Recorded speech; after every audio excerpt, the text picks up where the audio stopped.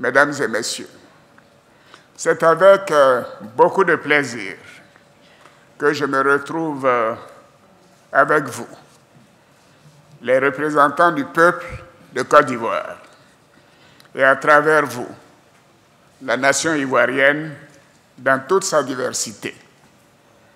Ma présence parmi vous aujourd'hui, à l'occasion de l'ouverture de la session ordinaire de l'année 2019 de l'Assemblée nationale, est la preuve éloquente de l'importance que j'accorde à l'action et aux vues du Parlement. La dernière fois que je me suis adressé à vous, c'était en janvier 2017 pour vous proposer la nomination d'un vice-président de la République de Côte d'Ivoire, le vice-président Daniel Kablan-Duncan, qui est dans cette salle. Honorables députés, chers frères et sœurs, votre contribution a toujours été importante et le peuple de Côte d'Ivoire attend beaucoup de vous. Et je voudrais vous féliciter pour les actions déjà menées en faveur de tous nos concitoyens. Monsieur le Président de l'Assemblée nationale, chers frères, j'ai failli dire chers jeunes frères, honorables députés, je voudrais saluer la présence à cette session ordinaire des députés de l'Assemblée nationale française ainsi que du secrétaire général de l'Assemblée nationale du Gabon. Merci d'être présents avec nous. Merci beaucoup. Je voudrais à présent profiter de ma présence en ce lieu, vous féliciter chacune et chacun de vous pour votre élection en qualité de député à l'Assemblée nationale lors des élections législatives du 16 décembre 2016. Je félicite tout particulièrement mon jeune frère, le président Amadou Soumaoro, sur qui vous avez porté votre choix pour diriger cette prestigieuse institution. Le président Amadou Soumaoro est un homme de grande expérience, vous le savez. Un homme engagé, compétent, honnête et courageux. Un homme de qualité et de loyauté qui est avec moi dans le combat politique depuis bientôt un quart de siècle. Ce n'est pas rien. Je suis convaincu, au regard de ses qualités personnelles et professionnelles et de sa riche expérience politique et parlementaire, qu'il apportera beaucoup à l'Assemblée nationale et qu'il saura guider et mériter votre confiance. Mes chers compatriotes, comme je l'ai indiqué à maintes reprises, la mise en place d'institutions fortes et crédibles me paraît essentielle, je dirais même indispensable. À ce titre, l'année 2016, qui a vu l'adoption de la Constitution de la Troisième République, avec le renouvellement de l'Assemblée nationale et la mise en place du Sénat, a été une année importante pour le renforcement de nos institutions et la consolidation des avancées démocratiques dans notre pays.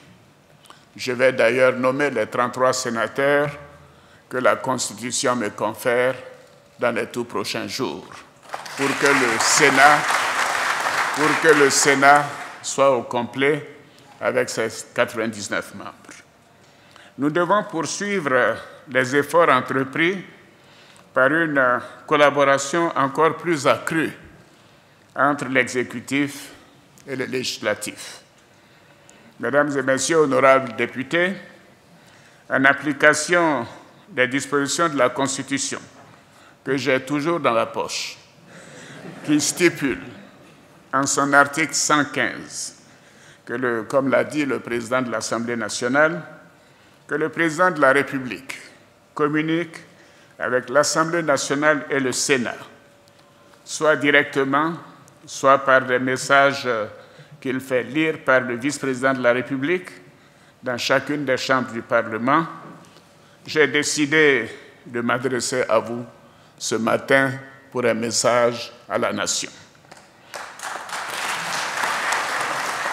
En effet, vous portez les aspirations et les attentes du peuple de Côte d'Ivoire dans son entièreté. Et au-delà de votre rôle en matière législative et de contrôle de l'action gouvernementale, votre institution est le creuset de tous les courants d'idées et de toutes les sensibilités dont l'expression traduit la volonté de l'ensemble de nos compatriotes, sans exception. Elle est également l'institution à laquelle le chef de l'État peut s'adresser pour faire l'état de la nation et partager les défis à relever. Et bien évidemment, solliciter vos vues de manière ultérieure à l'occasion des projets de loi qui vous seront soumis.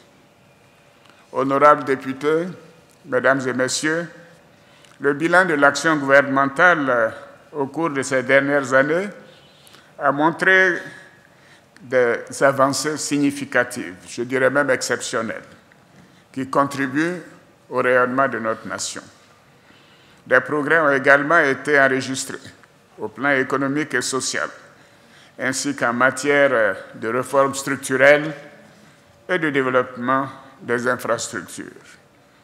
Je voudrais en profiter pour féliciter le Premier ministre Amadou Gon Coulibaly et son gouvernement pour l'importante tâche qu'ils accomplissent au quotidien.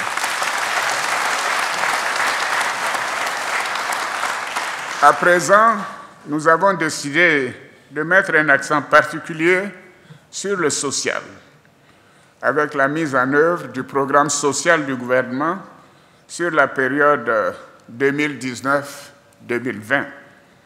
Et ce programme d'un montant de 727,5 milliards de francs CFA couvrira le secteur prioritaire de la santé, de l'éducation, de l'électricité, de l'eau potable, de l'autonomisation des jeunes et des femmes, mais également des logements sociaux.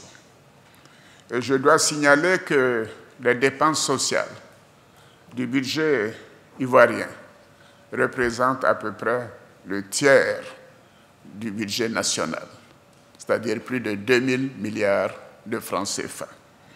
Je voudrais donc profiter de l'occasion de la rentrée solennelle de votre institution pour vous assurer de ma ferme détermination à continuer d'améliorer les conditions de vie de chaque Ivoirien. Honorables députés, Mesdames et Messieurs, je suis également engagé à rassembler toutes les filles et tous les fils de notre beau pays, car il ne peut y avoir de développement durable sans paix durable et sans sécurité. À cet égard, je me félicite et je salue les généraux et les officiers supérieurs qui sont présents et le ministre de la Défense et le ministre de la Sécurité. Je voudrais indiquer que l'indice de sécurité de notre pays est aujourd'hui à 1,1. C'est le niveau le plus faible depuis la crise. Et ce niveau est comparable au niveau constaté dans toutes les grandes capitales du monde. La réconciliation et la cohésion sociale ont toujours figuré au rang de mes priorités. Il s'agit d'un engagement de chaque instant que nous devons mener ensemble. C'est pourquoi je voudrais en appeler à la responsabilité de chacun afin de préserver la paix et la cohésion. Nous devons tous tenir un discours apaisé, car nos compatriotes, dans leur grande majorité, aspirent à travailler, à vivre ensemble dans la paix et la sécurité pour bâtir notre nation. Notre nation est jeune et par conséquent, elle est fragile. Nous en avons fait l'expérience au cours des dernières décennies. Pour ma part, j'ai démontré mon engagement en faveur de la réconciliation et je suis heureux de constater que cette réconciliation nationale est belle et bien en marche. L'amnistie accordée, grâce à votre décision, à plusieurs de nos compatriotes, dont l'ex-première dame Simone Yves Babo, ou encore M. Lida Kwasi et Assoa Adou, ainsi que ma décision de ne plus envoyer d'Ivoiriens à la Cour pénale internationale s'inscrivent dans cette voie.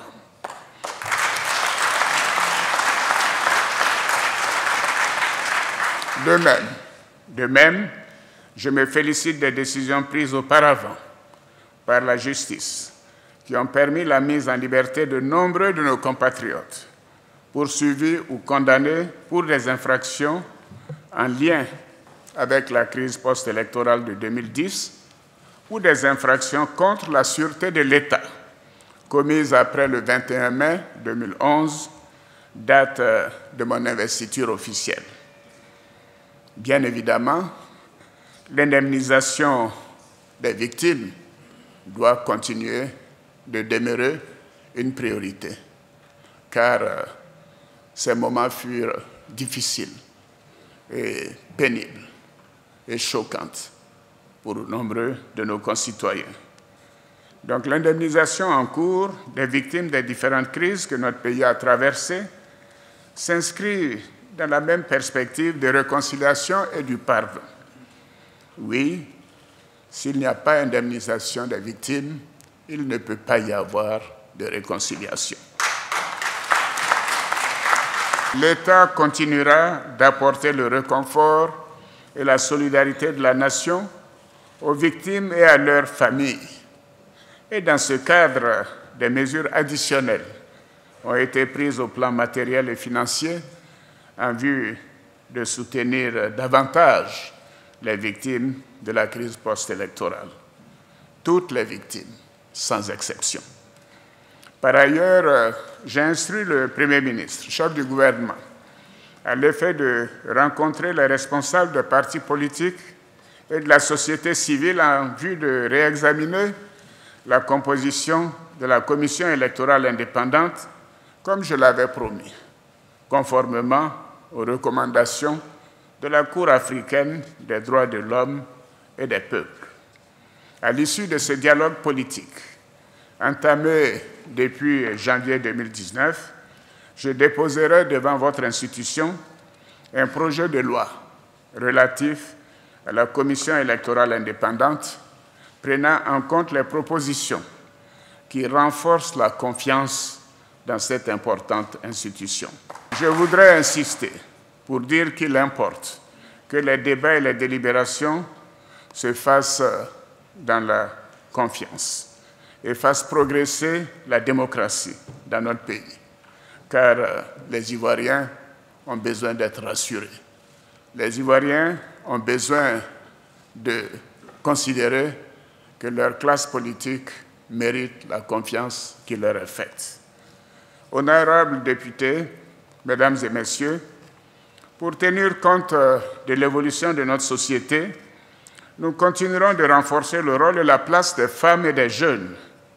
Au cours de ces dernières années, nous avons mis en place les mécanismes qui favorisent les activités des jeunes et des femmes. Les résultats sont très encourageants et nous poursuivrons nos actions. Nous savons que les droits reconnus aux femmes par nos textes ne suffisent pas. Et en réalité, ils seront réellement bénéfiques si nous mettons en place des mesures permettant d'accroître leur autonomie financière. Les textes ne suffisent pas. Il faut la volonté, il faut des mécanismes et il faut des financements. Et c'est ce que nous sommes en train de faire, en particulier avec le FAFSI. Par ailleurs, la récente adoption d'un projet de loi en Conseil des ministres pour favoriser la représentation des femmes dans les assemblées élues va imposer un quota minimum de 30% de femmes sur le nombre total de candidats présentés au scrutin. Et je souhaite que vous puissiez me suivre avec cette modernisation de la vie politique dans notre pays. De plus, très prochainement, vous serez également saisis d'un ensemble de projets de loi qui renforcent les droits des femmes et des mineurs. Il s'agit des projets de loi sur le mariage, sur la minorité, la succession et la filiation. Tenez-vous bien, les textes en vigueur datent de plus d'un demi-siècle, de 1964. Ceci n'est pas acceptable pour un pays moderne comme la Côte d'Ivoire. Donc j'enverrai ces projets de loi sur le mariage, la minorité, la succession et la filiation. Et je souhaite que vous puissiez les examiner et montrer que notre Assemblée nationale est en phase avec l'évolution moderne de notre beau pays. Des projets de loi adoptés dans le cadre du renforcement de l'action sociale du gouvernement vous seront également soumis. Il s'agit notamment du projet de loi portant un régime hospitalier et du projet de loi instituant un code de la construction et de l'habitat. Oui, le problème de la construction et de l'habitat est un véritable casse-tête pour notre pays. Chaque Ivoirien, de mon point de vue, doit aspirer à avoir une maison. Et ceci est quasiment impossible aujourd'hui avec les lois qui sont en vigueur. Donc nous proposons de les modifier pour que l'accès au logement, à la construction, à l'habitat soit véritablement démocratique. Et je compte sur vous. À cet égard, je voudrais vous féliciter pour le soutien que vous apportez aux actions du gouvernement par l'adoption des projets de loi et la ratification des ordonnances dans les délais constitutionnels. Monsieur le Président de l'Assemblée nationale, chers frères, honorables députés, bien évidemment, je ne saurais terminer mon propos sans apporter une réponse à l'une de vos préoccupations.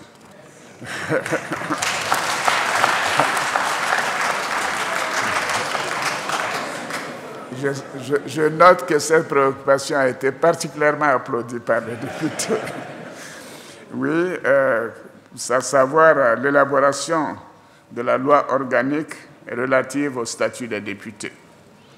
J'ai demandé au Premier ministre, chef du gouvernement, qui d'ailleurs en même temps ministre du Budget, et au ministre auprès du Président de la République, chargé des relations avec les institutions, de travailler avec le Président de l'Assemblée nationale afin de nous faire des propositions. Évidemment, celles-ci doivent tenir compte des capacités de l'État et de la pratique au sein de l'Union économique et monétaire ouest-africaine, car je suis bien placé pour savoir que dans d'autres pays, les députés sont mieux traités qu'en Côte d'Ivoire.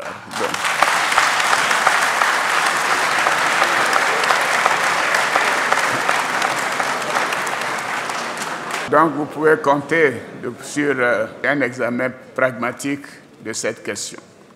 Honorables députés, mes chers compatriotes, au moment où la Côte d'Ivoire s'apprête à aborder un nouveau cycle par l'élection présidentielle de 2020, je souhaite vivement l'union de tous pour faire face dans la confiance et la sérénité à cette importante échéance.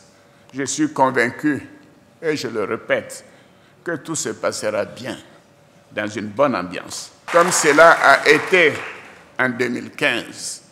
Donc, je dirais aux uns aux autres d'arrêter de se faire peur. Oui, parce que la Côte d'Ivoire est en paix, elle demeurera en paix, elle fera des élections démocratiques en 2020 et elle continuera son chemin dans le progrès et l'évolution moderne de la société. Pour terminer, je voudrais en appeler à l'union de tous autour des valeurs de paix, de dialogue et de fraternité, si chères au père de la nation ivoirienne, le président Félix Houphouët-Boigny. Nous devons mettre l'intérêt de notre chère Côte d'Ivoire au-dessus de nos intérêts individuels. Pour ma part, je continuerai de maintenir le cap du développement de notre pays et du bien-être de nos concitoyens. Je sais pouvoir compter sur le soutien des honorables élus que vous êtes. Vive la République, vive la Côte d'Ivoire, que Dieu bénisse notre beau pays et que Dieu bénisse chacun de nous.